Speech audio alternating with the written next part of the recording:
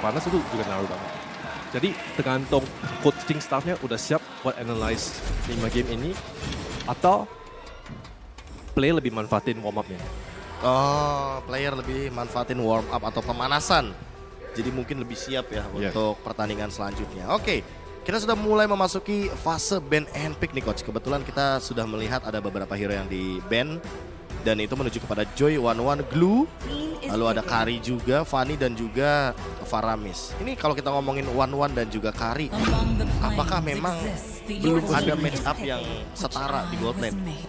Ketika kita berhadapan dengan Kari dan Wanwan untuk sekarang, apalagi dengan item yang baru coach?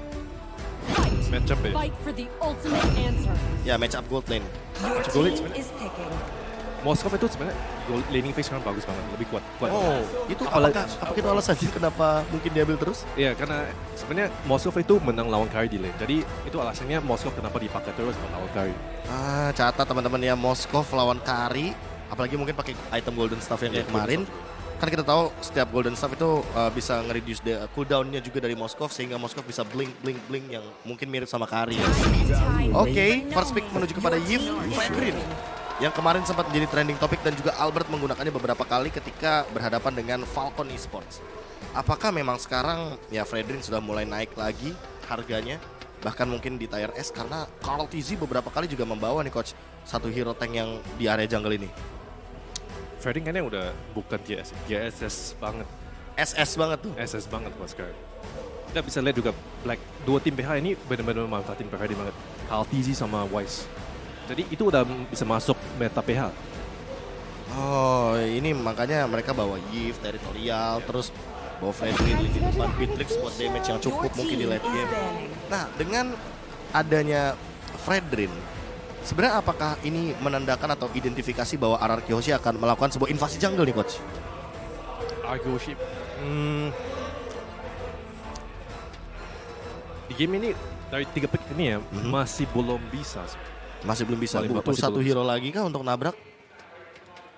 Tetap gak bisa karena udah ada Lilia sama Hyuda. Jadi di game level 1, level 2 udah lumayan kuat banget. Udah ditutup sama Hyuda sama Lilia, jadi udah lumayan susah buat masuk ke jungle. Oh, walaupun mungkin nanti bakal bawa hero seperti Rafaela, Angela atau Matilda sekalipun kayaknya nggak bakal bisa invade jungle ya. Oke, berarti Hayabusanya cukup aman, Grok di ban. Lagi dan lagi, ini kita ngomongin soal Grok yang mungkin akan ada di tangan dari Finn. Dan di ban juga, apakah memang ini semahal itu coach untuk Groknya? Apalagi kan sekarang udah pada tahu nih triknya. Level 1 ambil skill 2, blok minionnya. Iya, tembokin minionnya, jadi nggak jalan minionnya. Apakah memang semahal itu untuk sekarang? Sebenarnya mahal karena bener-bener patch baru karena udah bisa ulti flicker itu bisa ada waktu buat react tuh. Tetap kuncinya di ulti flicker itu ya? Tetap iya, kuncinya ulti flicker. Oke, berarti teman-teman bisa mengetahui sendiri bahwa sepertinya EXP Grok ya, EXP lane Grok ini akan sangat mahal sekali melihat memang Flicker sekarang bisa dipadukan dengan beberapa skill, salah satunya skill Grok sendiri. Franco di ban, respect sama Odin ya? Respect ban, apakah mungkin nanti akan ada satu hero yang bisa dive in juga yang mungkin ditolak sama Onyx ketika nanti akan dipilih terlebih dahulu. Mungkin hero untuk Boots juga, karena kebetulan Boots belum mengamankan hero-nya untuk sekarang. Tapi Cloud sama Yuzong di ban nih coach. Kebetulan Coach Zez ini kan juga sangat sering sekali melakukan pick terhadap Yuzong. Apa nih coach yang membuat Yuzong begitu mahal ketika di XP lane? Itu sebenarnya itu laning phase juga lumayan kuat, sustain banget di lane. Kan bisa masih mulu, apalagi di team fight itu kuat banget. Karena lu ada ultimate naganya, udah hampir bisa menang semua team fight di objektif. Jadi itu yang alasan bikin dia kuat banget. Oke. Hayabusa nih coach. Hayabusa kan kelepas. Kemarin kita melihat sempat ada ban lah terhadap Hayabusanya Kairi. Beberapa kali bahkan ya. Itu di ban terus loh Hayabusanya. Apakah memang RRQ Hoshi ini tidak takut akan Hayabusa dari Kairi sehingga mereka lebih memilih untuk mengcounter power hero dari Kairi ketimbang melakukan ban mungkin atau menukarkan dengan hero seperti Link yang masih bisa bisa dibilang kayak doable lah untuk diinvasi jungle-nya, atau gimana kalau dari sudut pandang coach Zez? Sebenarnya Kairi Assassin itu benar-benar bisa lawan apapun. OP lah ya. OP tetap OP. Tapi kalau dari draft ini aku suka yang dari RQ itu Fredin sama Kaja ini. Apalagi Pakito ini dua hero bisa tangkap Hayabusa, bikin dia susah team fight. Jadi kalau RQ udah pegang early game banget, udah bisa rusuh terus, apalagi Pakito flank dari belakang, ini bisa shutdown Kairi. Oke. Apakah nanti akan ada pick dari Benedetta, karena kita tahu sendiri ini Pakito match up buat lawan Benedetta lumayan bagus untuk laning phase dan sama-sama clear cepat juga, hanya menggunakan beberapa skill ultimate-nya saja. Atau jangan-jangan nanti akan ada muncul satu hero lagi, tapi kalau misalkan nanti muncul hero terakhir nih coach bisa pilih 5 menit awal siapa yang lebih agresif dan predik untuk nanti di game yang pertama. Masya, Kanan lebih agresif. kanan lebih massive. Lebih agresif. Oke. Jadi limit awal itu kanan lebih kuat. Tapi kalau RQ udah pegang objektif banget, lebih ke kanan lebih agresif di awal, jadi perang kecil lebih kuat. Tapi kalau RQ itu lebih ke objektif fokus, jadi team fight fokus. Objektif fokus. Berarti game pertama kemungkinan besar jatuh ke tangan RRQ atau Onyx.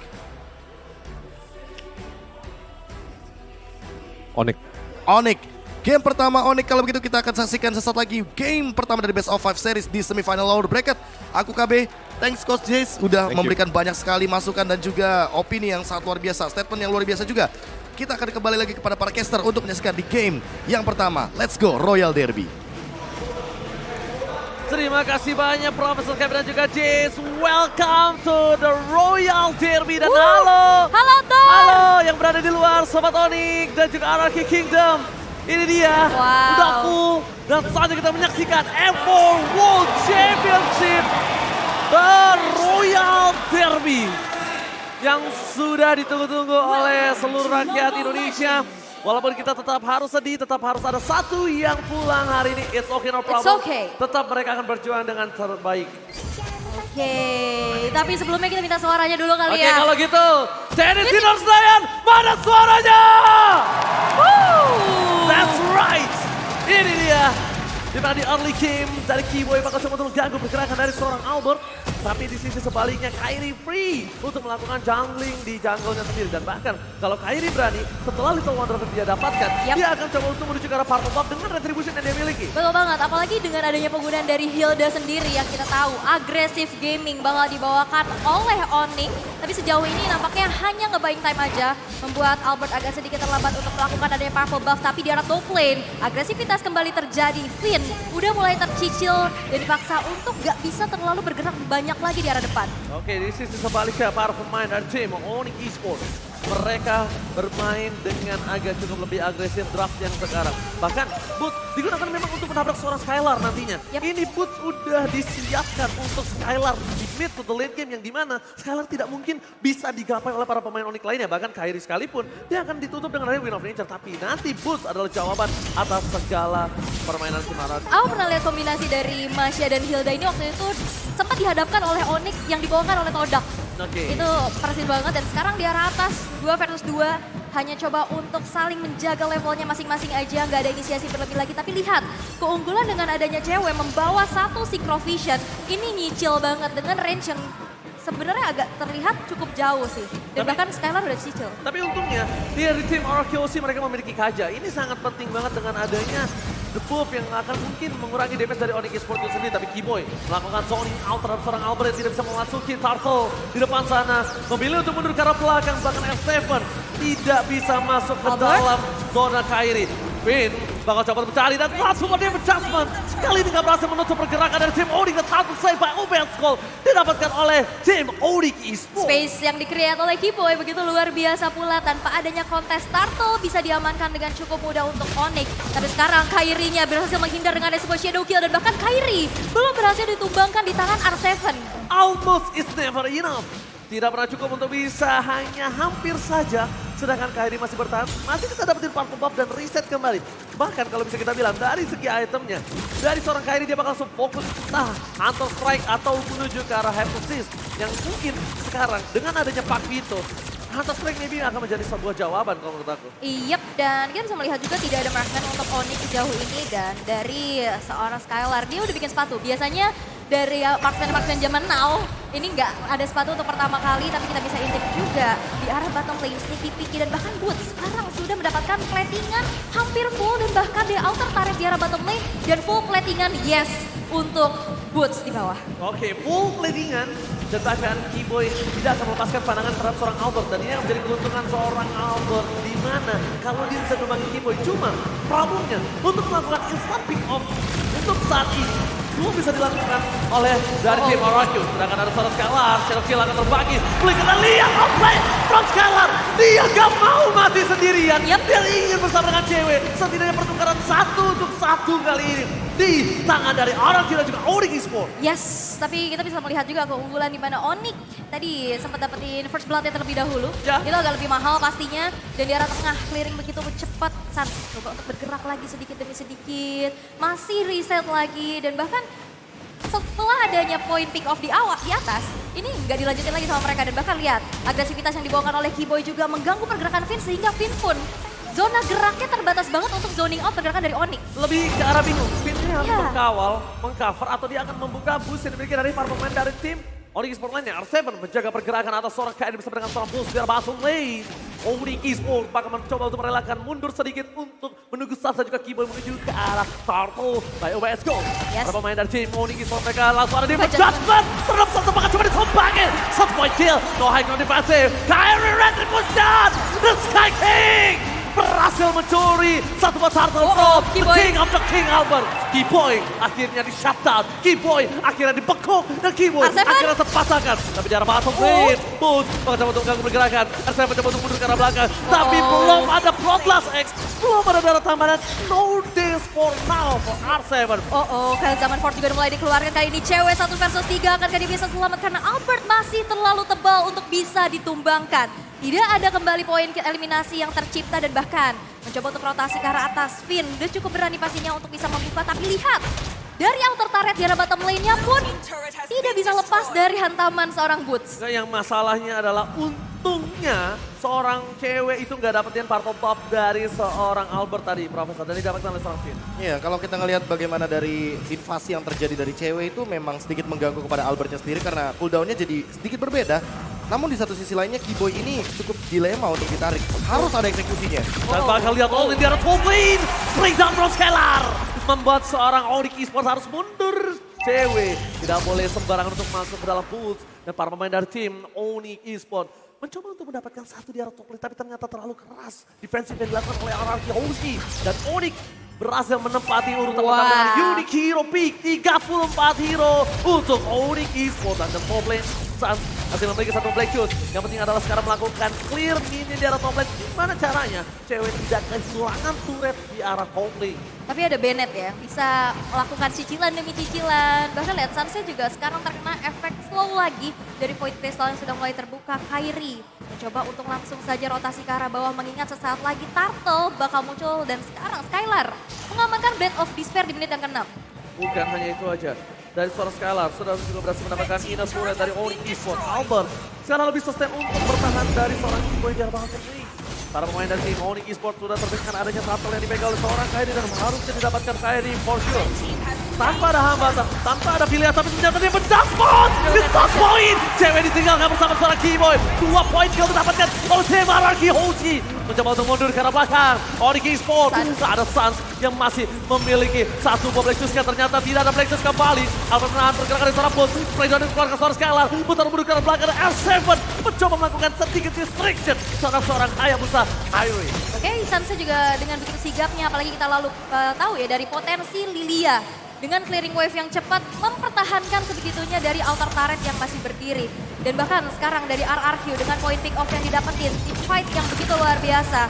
Mereka udah makin mempersempit lagi dari gold game-nya, Profesor. Ya menurutku kalau misalkan tadi Boots-nya itu tidak melakukan rotasi ya, dia bisa mendapatkan top lane loh. Betul. Dia bisa menukarkan satu buah objektif yang mungkin bisa diambil dari area mid lane, tapi untuk sekarang Clay sendirian tanpa adanya serangan dan balasan. Untuk sekarang Kyrie bahkan masih punya pot shadow. Dan satu hal lagi Profesor KB. Ini Finn harus nempel Skylar terus sebelum Skylar punya Win of Nature. Iya. Ini problem banget untuk seorang Skylar untuk bertahan hidup dengan adanya Kyrie, Boots, dan bahkan cewek. Kita nggak hitung kenapa. Mungkin akan ada head to head dari basic attack aja di sana. Kalau mencoba untuk bertahan dengan adanya item skill ataupun itu kayaknya masih belum cukup untuk Skylar menahan damage yang diberikan dari seorang Harith. Ya match up-nya mau nggak mau harus main defensif untuk sekarang. Dan melihat Skylar yang masih proses untuk menuju kepada satu buah Malefic Roar, masih sangat jauh sekali untuk mendekati ke arah Win of Nature agar nanti tidak bisa di-engage sama Boots. Boots-nya sendiri dia sudah selesai dengan Guardian Helmet, jadi sudah bisa dipastikan satu Thunderclap bisa menjadi sebuah malapetaka ketika nanti Skylar berada dalam posisi yang benar-benar tidak punya cover. Itu dia, calculate yang matang dari seorang Kairi. Dia nggak akan masuk lagi. Terkadang, karena orang kalau udah berhasil dapetin keunggulan yang cukup banyak, itu masih ada Shadow satu yang menyangkut. Dia bakal coba paksa dengan adanya Shadow Kill. Tapi lihat ini bakal instant pick up yang didapatkan seorang Kairi. Lihat Devin Dustman berhasil menutup pergerakan seorang Kairi. Perlindungan di area Uncle Lane. Coba satu kill, triple kill. Looking for Maniaka. Skylar kali ini memukul mundur para pemain dari tim Onyx Esports. Triple kill by Infinix secured by Skylar. Permainan Beatrix yang begitu luar biasa. Satu outer turret di tengah pun ini menjadi sebuah keunggulan lagi dan RRQ.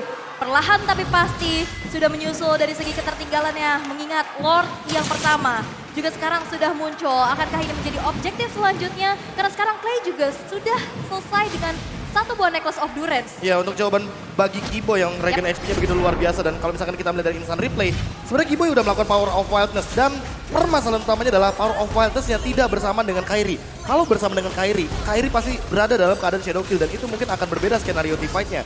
Namun, thanks to Kibo yang mungkin terlalu cepat, dan Finn yang responsif banget, dia langsung Divine Judgment sehingga Kairi tidak bisa bergerak. Divine Judgment is hot point! Berhasil mendapatkan satu lagi, tapi lihat Alpha di depan sana. Melakukan satu buah free hit. Retribution harusnya. Kairi terlalu jauh. Lo didapatkan oleh tim RRQ. Hoshi, well trained by UPS Gold. Wow, ini RRQ yang sudah berbalik unggul dengan 3 outer turret yang sudah hancur. Point pick off pergerakan dari Finn ini menjadi kunci banget pastinya ya. Dimana Suns gak bisa mencicil-cicil semua pergerakan dari teman-teman RRQ. Dan bahkan kita bisa lihat juga dari segi itemnya. Ice Queen One sudah selesai menuju ke arah satu Glowing One. Combo meriam, panas dingin. Combo anyang-anyangan kali ini telah didapatkan oleh para pemain dan bahkan di atas Poppy. Seorang Kairi kali ini bakal coba untuk melakukan sedikit distraction terhadap seorang R7 yang terlalu kuat dengan ada Red Dot Armor di badan dari seorang R7, Profesor. Ya, R7 sendiri kuat banget untuk landing phase-nya. Dia bakal clear dengan cepat. Walaupun ada boots yang kita tahu sendiri, dia bakal langsung melakukan backstep atau bahkan melakukan split push. Tapi di posisi seperti ini, sepertinya Onyx harus melakukan defense terlebih dahulu. Karena RRQ sangat power sekali dengan pick off-nya. Lihat Skylar, belum bisa dibendung. Mundur ke arah belakang, dikejar seorang Kairi di arah seorang Clay. Flicker pun digunakan, Finn tertinggal. Adjustment for defensive. Tapi output harus ditumbangkan dengan satu orang Kairi. Pertukaran yang tidak cukup adil. Tapi dengan remote manipulation mampu menembak seorang putri di depan sana. Para pemain dari seorang Onyx Esports kehilangan Kairi dan juga mereka kehilangan boots-nya. Pergerakan front Skylar kali ini benar-benar tidak bisa dibendung kembali. Renner Apathy masih menjadi kekuatan dari Skylar. Bahkan Giboy-nya di sini gak bisa lagi untuk bertahan. Godlike diamankan oleh Skylar. 3 player dari Onyx hilang. Begitupun dengan ada jungle yang dimiliki. Invasi terus-menerus. Dan sekarang RRQ mendapatkan snowballingnya.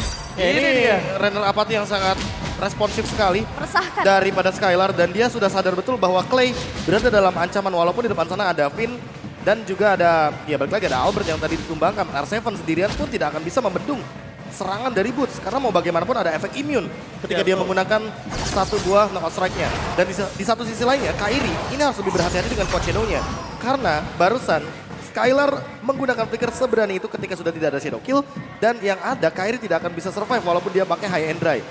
Dan ini dia lane jauhnya R7, dia nggak bakal kalah untuk match up lawan Masha.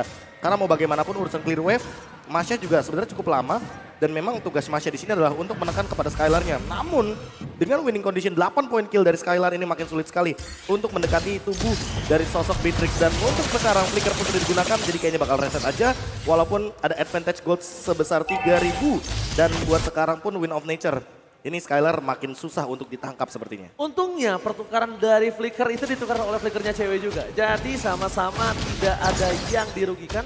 Walaupun dalam pikiran saya, cewek tetap yang dirugikan kali ini Profesor KB. Iya, karena mau bagaimanapun lagi lose condition. Lagi lost condition, betul Dan sekali. benar-benar butuh banget untuk satu buah escape skill. Atau bahkan escape mechanism dengan beberapa battle spell yang tersisa.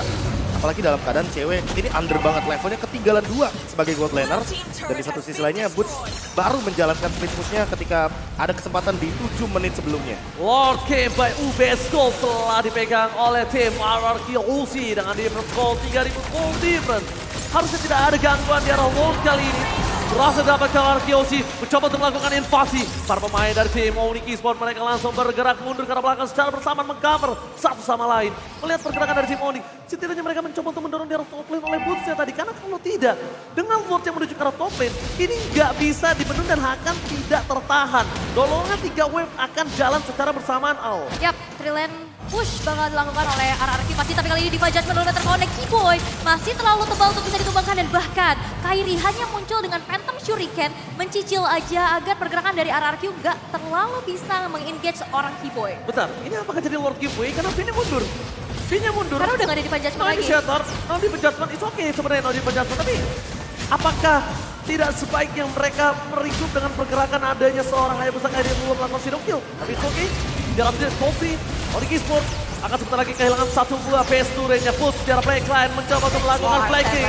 Mencari keberadaan seorang Skylar, mencoba untuk menutup ke arah belakang. Tapi lihat Skylar mencoba untuk kabur, R7 dilindungi dengan reward manipulation. Breakdown, membuat seorang Push tidak bisa bertahan lagi di depan Rahan disumpahkan begitu saja.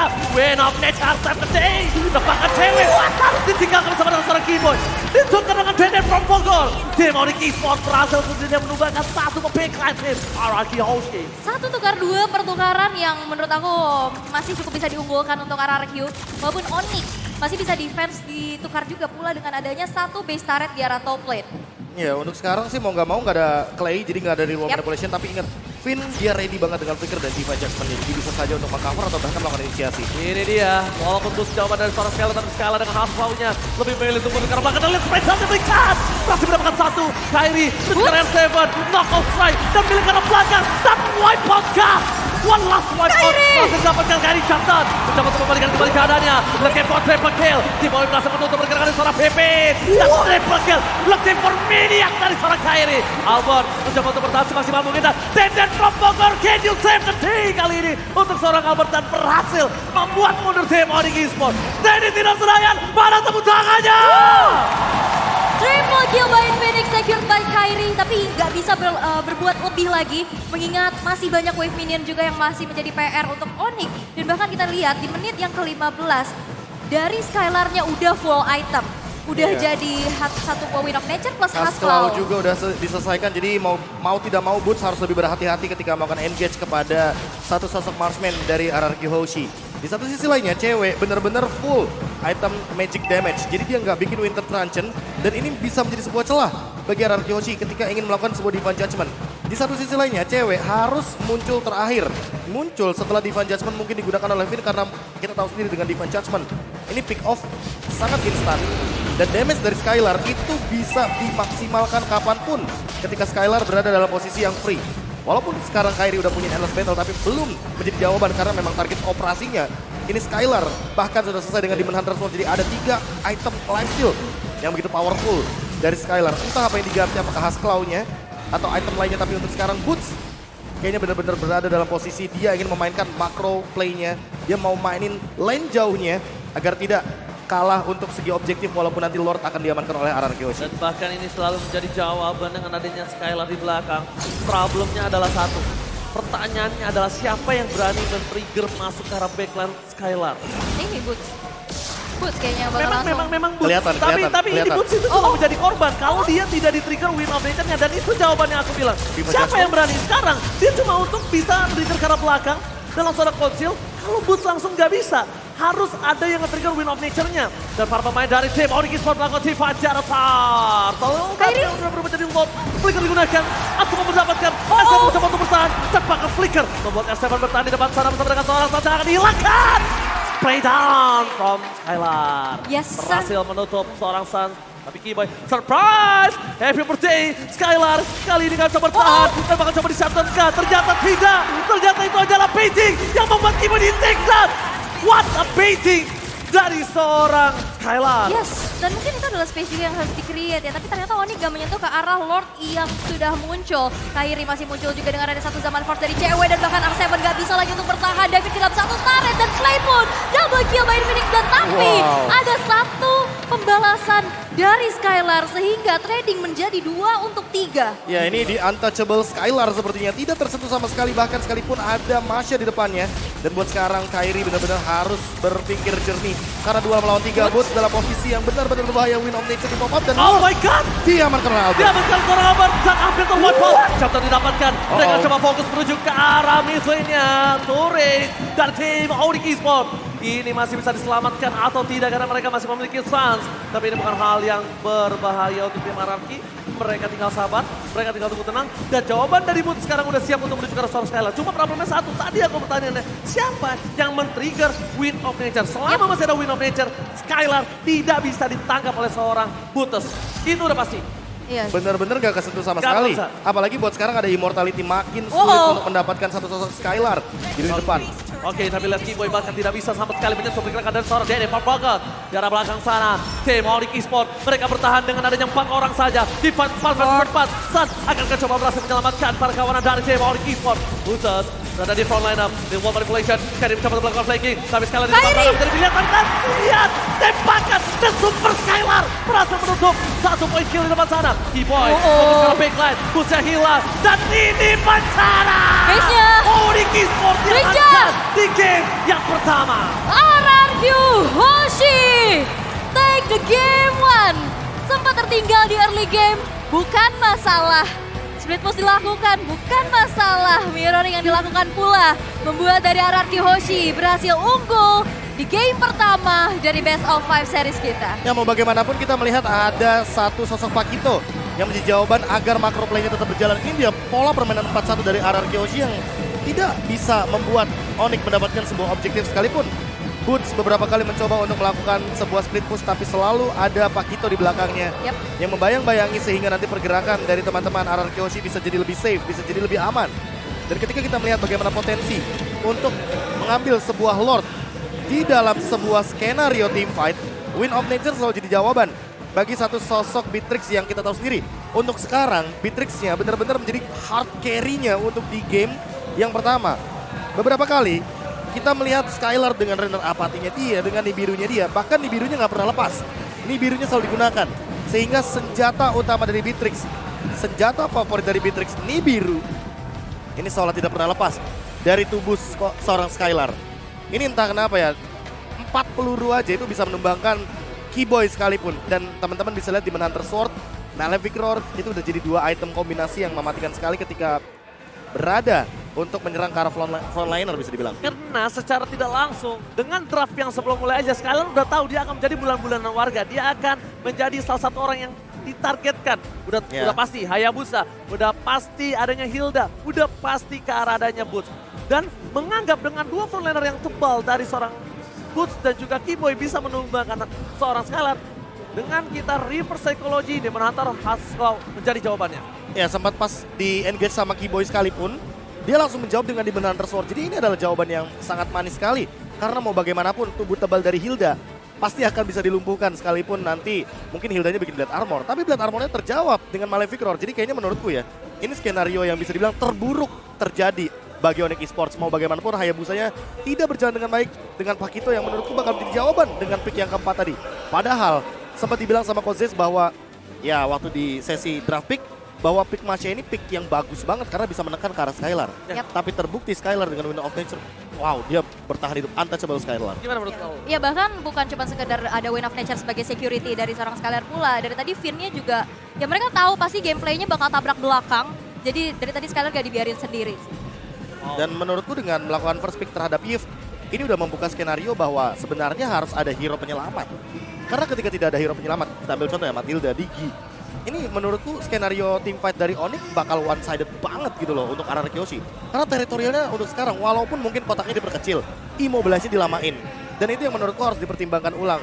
Kita pernah melihat Matilda dari Keyboy di MPL, bener nggak? Betul. Tapi aku sampai sekarang di M4 masih belum menyaksikan hal tersebut. Dan itu yang mungkin akan disimpan oleh Coach Aldo dan juga Coach Mars ketika kita ngomongin soal bagaimana nanti skenario di Best of 5 series kita. Karena Matilda menurutku tadi nggak di-ban. Dan nggak diambil. Nggak diambil juga dan bahkan bisa menjawab loh terhadap Kaja dengan favor ROM item yang kita tahu sendiri heal up-nya bisa menyentuh atau bahkan menambahkan banyak sekali heal ketika ada Oracle di tubuh dari pemegang dari Oracle itu sendiri. Kalau ngomongin soal Matilda dan bahkan Matilda itu bisa menjadi jawaban ketika ketika ada permainan flanking yang dilakukan seorang Boots. Kalau emang itu gagal, dia bisa dijemput. Setidaknya ada kan? Setidaknya ada coverisasi, ada covering up. Tapi kali ini Matilda itu mungkin dikeluarkannya kita nggak tahu kapan. Karena Profesor kami melihat dari match yang kemarin, tim Onyx Esports berhasil mengeluarkan dengan draft pick yang cukup unik dan cukup aneh.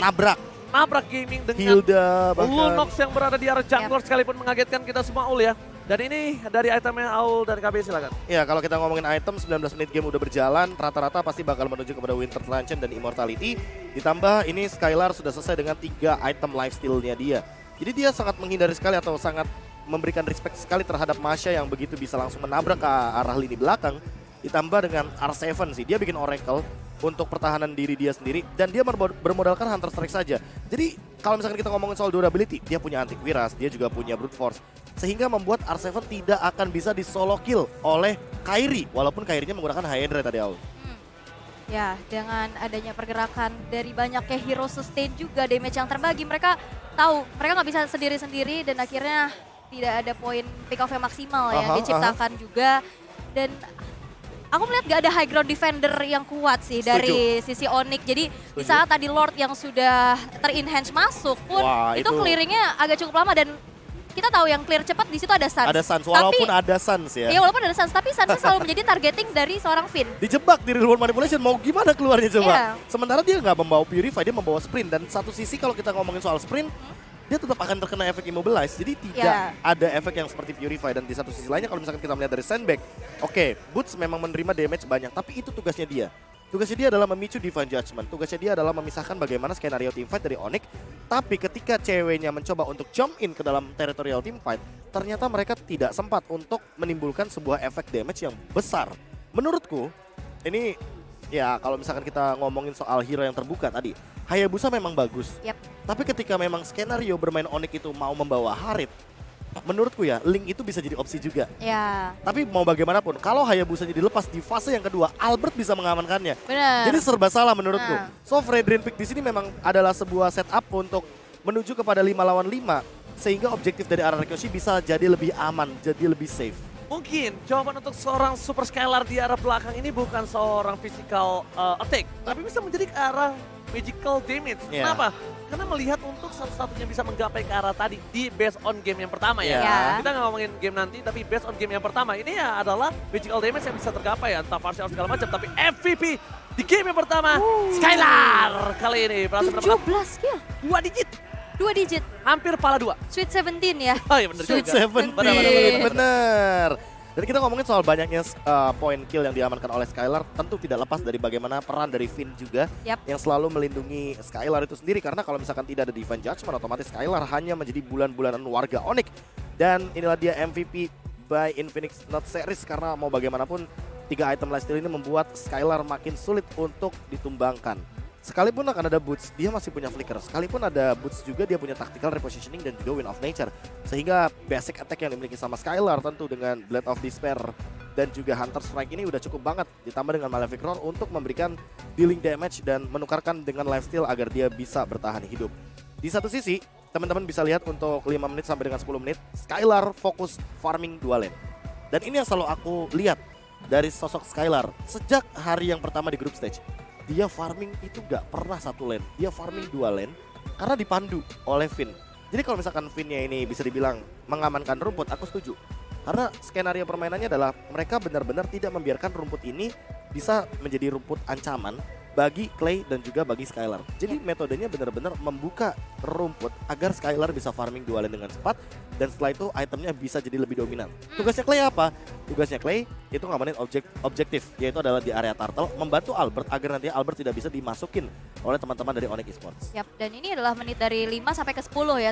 Walaupun kalau bisa lihat dari 1 sampai 5-nya ada gangguan dari Keyboy. Pasti, itu early game sudah tidak bisa dihindari lagi. Dan inilah dia MVP highlight by Infinix. Teman-teman bisa melihat bagaimana skenario teamfight yang selalu terjadi dengan trade kill yang begitu banyak, apalagi dengan bagaimana Boots yang ternyata hanya menjadi salah satu korban dari kekejaman seorang Skylar di lini belakang ketika dia berada dalam free hit. Keyboy beberapa kali mencoba untuk memberikan tekanan kepada Skylar, tapi memang untuk pertukarannya menurutku sangat tidak adil sekali. Dan beberapa kali Sans dibikin atau dibuat tidak bisa join teamfight karena satu dan lain hal. Salah satunya adalah karena dia dalam keadaan yang sekarat. cewek sempat memporak-porandakan skenario teamfight-nya, tapi ternyata dengan attack speed yang begitu tinggi dari Demon Hunter Sword, Skylar dengan sangat mudahnya bisa menumbangkan bagaimana pergerakan daripada satu sosok hero mage yang kali ini sedang naik daun, Harith. Walaupun kita sempat melihat bagaimana Harith yang hampir saja bisa melakukan sebuah defense, tapi balik lagi Diva Judgment selalu menjadi jawaban dari Finn. Dan ini menurutku perlu diperhatikan lebih karena Kaja beberapa kali sempat di-ban. Baru pengen aku bahas. Ya, Kaja, Grok,